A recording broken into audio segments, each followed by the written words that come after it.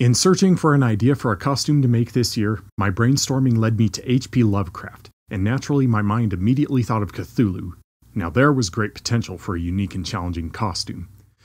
In H.P. Lovecraft's stories, Cthulhu is described as vaguely humanoid with wings and scales and writhing tentacles on his face. Having such a vague description to work off of meant that I could make my own design, and I did a lot of researching to figure out what would be the best way to make the costume. I eventually decided that sculpting the body in clay and making plaster molds for casting latex pieces would be the best way to go. I began by making body forms for sculpting.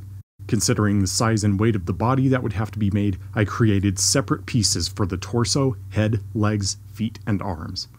I molded the body shapes on my own body with plaster strips. This was a quick way to build structures that would be thin and strong and also hollow on the inside. I slathered Vaseline on my torso and put plaster strips on the front half to mold it.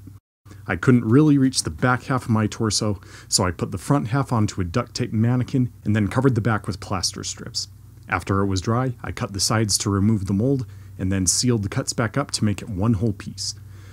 Then finishing by reinforcing with more plaster strips and also joint compound. I repeated this process for my arms, legs, and also my feet. I would have stilts on my feet while wearing the costume, so I molded my feet while wearing the stilts to preserve that shape. For sculpting, I used air-dry clay so that I could have a large amount for a conservative cost. I bought some wet clay from a local supplier and also used some pottery clay for later pieces. Among other things, Cthulhu is often portrayed as having something of a gut. Indeed, the original text describes him as somewhat corpulent. I started there by making a good prominent belly. Then moved on to the upper part of the chest, where I added some gill structures and added some ridges around the neck and shoulders. This is how I would sculpt most of the design, nothing specifically set in mind. I did have some drawings of Cthulhu for inspiration, but I did want to go more my own way, so I just made it up as I went along. Especially with my relatively short schedule to stay on, I had to work fast. I added texture onto the sculpt with a rag, making wrinkles and bumpy skin. And then a final spray of crystal clear to seal the sculpt ready for molding. I wanted to make the molding process as easy as possible for these pieces, so I wanted to think more out of the box to save some time and money. For something like the shape of the torso, I was able to make a simple one-piece mold. I brushed on the initial beauty coat, then built up more thickness, and also added some pieces of a cut-up cloth canvas to give it more strength. A few hours later, ready for demolding. The plaster body form came out easily, but the clay, not so much. It took me several hours to empty all the clay out of the mold. I used my fingers, a toothbrush, a rag, a scratch pad, a knife, wooden spoons, a paintbrush, a garden hose, sculpting tools, a towel, and a toilet brush. It was a lot of work, and it would give me good ideas to improve future molds. Every piece that I molded would present its own unique challenges. I built the head up as a large bulk with tentacles at the front. The tentacles would be sculpted and molded separately. To ensure that I could see out of the costume, I positioned eyes similar to my own. The sculpt was so large that the face covered all of my own head, meaning that I didn't have to sculpt anything beneath the chin, leaving a large hole on the underside, good for air circulation and breathing. I was glad when I saw the face design finally coming together. Kinda looks like a strange mix of Davy Jones, Predator, and the creature from the Black Lagoon. To save time on molding, I experimented by making a plaster banded shell of the back half of the sculpt. My idea was to then fill that shell with the plaster and lay the sculpt into it to fill up the back half with a smooth dividing line for one part of a two-part mold. But it didn't really work, it just made a big mess. So I ended up making the whole thing a one-piece mold while I was at it. Being a one-piece mold, this meant that I would have to go through an intense process for emptying the mold, chipping away the styrofoam head bit at a time with scissors. I eventually did get it all cleaned out. More sculpting on the legs, more random designing. I kinda got bored with the legs and other body pieces after a while, and just got to a point where I would say, that's good enough, and for the sake of saving time, go ahead and mold them. For the legs, I took the time to make a dividing wall ready for a two-piece mold, and for easier release of the clay, I added some Vaseline and baby powder onto the sculpt. I covered the first half in plaster, flipped it over, and sculpted the backside.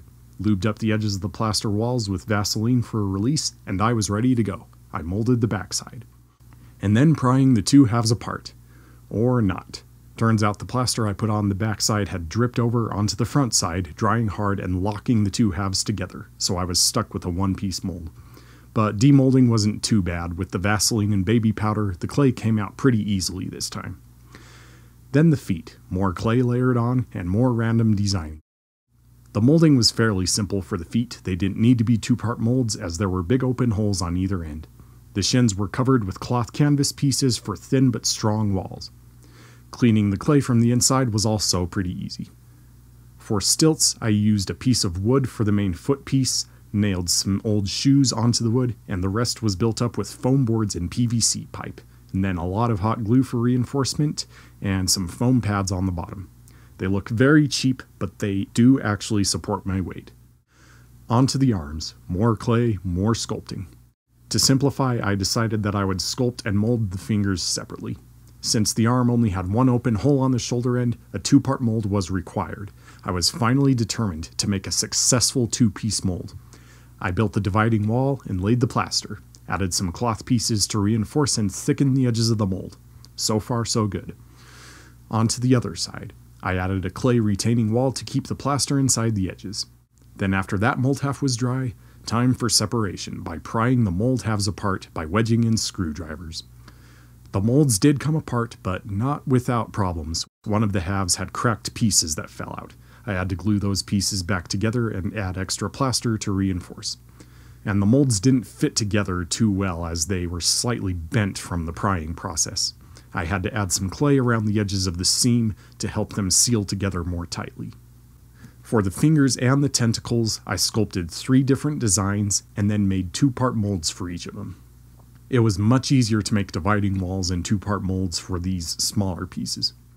For making the wings, I decided to sculpt only one wing to simplify and use less plaster, and I did it in halves. I sculpted half of the design on a foam board and then molded it. Then flipped it over, removing the foam board, and sculpted up to the plaster edge line to build up the other half, and then molded that side, and finished up with a two-part mold. The latex casting was a fairly simple process, just brushing the latex inside of the larger molds, building up multiple layers to a good thickness. I colored the latex green for a good base color. Smaller molds, such as the tentacles and fingers, were filled with latex and then drained, leaving a buildup of latex on the walls. The wings were a bit different. I would build up about 6 or 7 layers on each side, then put some fresh latex in and join the halves together. After it dried, I was able to pry the molds apart and pull out a whole wing. After pulling the latex pieces out, I would wash them and scrub them clean. For pieces cast from two-part molds, there would be extra flashing around the edge that I would sand off with a rotary tool with a soft polishing bit. To connect the body pieces together, I used hot glue for the initial bond and then sealed the edges with latex. For the most part, the seams looked pretty smooth. To keep the wings stiff, I added a wire coat hanger down the length of it and had pieces of PVC pipe at the ends with elbow pieces leaving 2 open sockets. This made the wings easy to add and remove. Just slip them into the holes in the back of the suit, attach the sockets together with another piece of PVC pipe, and then zip up the back. For the fingers, I made a mechanism out of foam board and duct tape to connect the tips of the costume fingers to my fingers, so that when I bent mine, the fingers on the costume would also bend. I also added some subtle details with pieces of crawfish body parts. Got some crawfish from the local supermarket, boiled them clean, and added pieces onto prominent places like on the eye ridges, at the bases of a few tentacles, on the wingtips, and on some fingers and toes.